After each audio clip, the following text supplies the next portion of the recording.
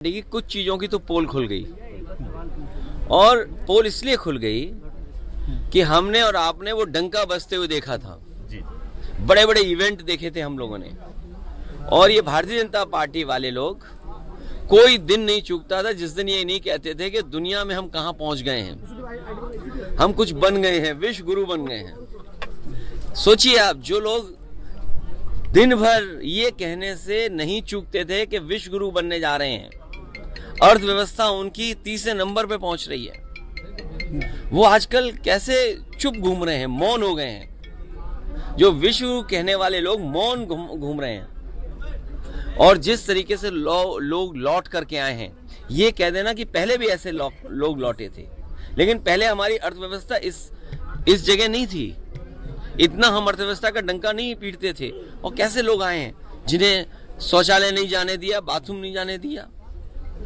ये व्यवहार किसी व्यक्ति के साथ हो सकता है, इनह्यूमन व्यवहार है। और दुनिया का एक देश है, शायद हो सकता है अमेरिका से वो मजबूत नहीं उतना, लेकिन वहां के राष्ट्रपति ने मना कर दिया कि हम फौज से लाए हुए अपने नागरिकों को स्वीकार नहीं करेंगे, और अंततः अमेरिका को स्वीकार करना पड़ा। क्या भारत इतना कमजोर हो गया है? क्या हमारा हिंदुस्तान इतना कमजोर है? जब हम हिंदुस्तान का इतना बड़ा बाजार दे रहे हैं अमेरिका को, आप सोचिए नोएडा में न जाने कितना बाजार हमने उनके हाथ में दे दिया होगा। हम कहते हैं हमारे लोग इलीगल पहुंच गए, वहां पे इलीगल इमिग्रेशन हो गया। तो किसकी नाकामी है? ये सरकार की नाकामी है, जो क्वालिटी ऑफ लाइफ या उनको बेटर अपॉर्चुनिटी नहीं दे पा रहे हैं। अगर उन्हें बेटर अपॉर्चुनिटी यहाँ मिल रही होती, क्वालिटी लाइफ बेटर यहाँ होती, तो शायद वो 50 लाख और 1 करोड़ रुपए दे करके नहीं जाते। पंजाब के तो चलो 50 लाख रुपए की सुनने में आ रहा है दे करके गए हैं, लेकिन गुजरात वाले तो 1 करोड़ रुपए दे के गए हैं। कम से कम सरकार को जो पैसा दे करके गए हैं, उनके सरकार को पैसे वापस कराने चाहिए। और जिस उम्मीद के साथ वो लोग गए थे, घर परिवार के लोग, वही नहीं, भारत के और भी लोग हैं जो अपनी क्वालिटी वाला बेटर जीना चाहते हैं, जॉब्स चाहते हैं, नौकरियां चाहते हैं, अपने परिवार की सिक्योरिटी चाहते हैं, अपने परिवार की प्रॉस्पेरिटी चाहते हैं। उनको सरकार मौका दे। अगर मौका नहीं देती है तो ये जो अर्थव्यवस्था में आप दिखा रहे हो ना कि हम किस ऊंचाई पे पहुंच रहे हैं, आप कुछ लोगों को ऊंचाई पे पहुंचा रहे हो, आम लोगों को उस ऊंचाई तक नहीं ले जा रहे हो। अभी कोई बड़ा सवाल नहीं पूछना है, ये हमारा इंडिया का अंदर का मामला है, ये हम लोग सुलझाते रहेंगे। क्या चीज?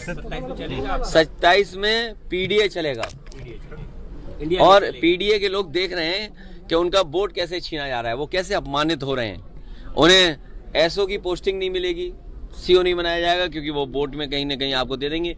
कौन सिपाही पोस्ट होगा? क्या पीडीए परिवार के लोग नहीं देख रहे हैं कि भाई जब पोस्टिंग होगी तो उनके नाम देखे जाएंगे, उनका नाम काट दिया जाएगा।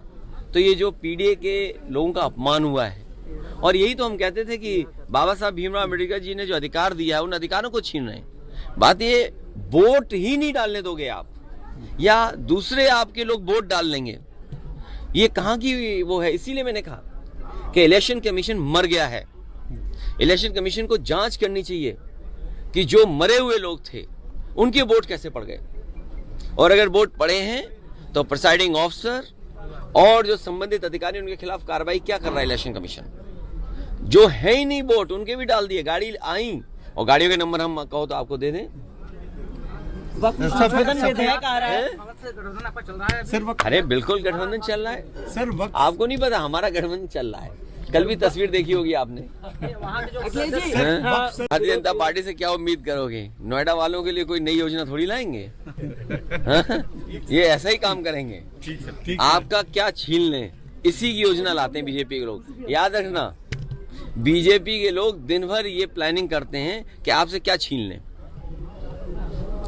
कोविड के टाइम में आपका वेतन कम हुआ था, आज तक बढ़ पाया आपका? अपना भी तो सोचो। अपना भी सोच नहीं रहे। देखो, चलिए, धन्यवाद। बार एग्जिट पोल के जो अनुमान होते हैं वो ठीक नहीं निकलते हैं। जो एग्जिट पोल अपने सर्वे के माध्यम से जानकारी देता है, वो कई मायने में सही नहीं निकलते हैं। अब क्योंकि कल रिजल्ट आना ही है, तो जो मतदान हुआ है उसकी पूरी सच्चाई आपको कल मिल जाएगी। किसकी सरकार बनेगी, किसकी सरकार जाएगी। ये तो दिल्ली की बात हो गई। मिल्कीपुर चुनाव में और मिल्कीपुर चुनाव शुरू होने से पहले अगर आपको याद होगा तो मैं चाहता था कि आप सब लोग वहां आए और देखें कि वोट कैसे डाला जाता है और वोट कैसे पड़ता है। भारत का लोकतंत्र और खासकर बीजेपी की सरकार में किस तरीके से लोकतंत्र और मजबूत हो रहा है, कितना मजबूत दिखाई देता, वो आप लोग आए नहीं। आपने एक बहुत बड़ी अपॉर्चुनिटी मिस कर दी। शायद ये सदी में एक बार देखने को मिली होती आपको। जैसे ये वाला कुंभ जो है, महाकुंभ की कोई परिभाषा नहीं है, लेकिन क्योंकि जमाना आजकल मार्केटिंग का है और जितना आप उसको कम्युनिकेट कर ले जाओ तो महाकुंभ हो गया। 144 साल का किसी ने प्रमाण नहीं मांगा। ये चुनाव भी 144 साल वाला जैसा चुनाव था जो आपको देखना चाहिए था। सोचिए आप, बगल के जिले जो हैं वहां से भारतीय जनता पार्टी ने अपने कार्यकर्ता बुलवाए। अंबेडकर नगर से कार्यकर्ता आए। अब तो हम लोगों को उनके गांव पता लग गए हैं क्योंकि पकड़े गए थे कुछ लोग।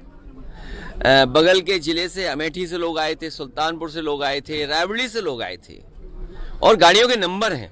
अगर आप चाहोगे तो मैं अपने पार्टी के पेज पे कुछ गाड़ियों के नंबर आपको दे दूंगा, डाल दूंगा।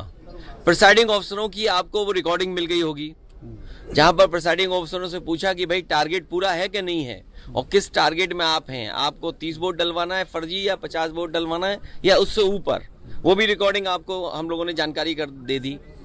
बीएलओ कौन पोस्ट होंगे, बीएलओ कौन पोस्ट होंगे, किस थाने में कौन पोस्ट होगा, सीओ कहां पोस्ट होगा, एसएसपी कौन क्या देखेंगे, ये सब वेल प्लान्ड इलेक्शन हुआ ये वाला।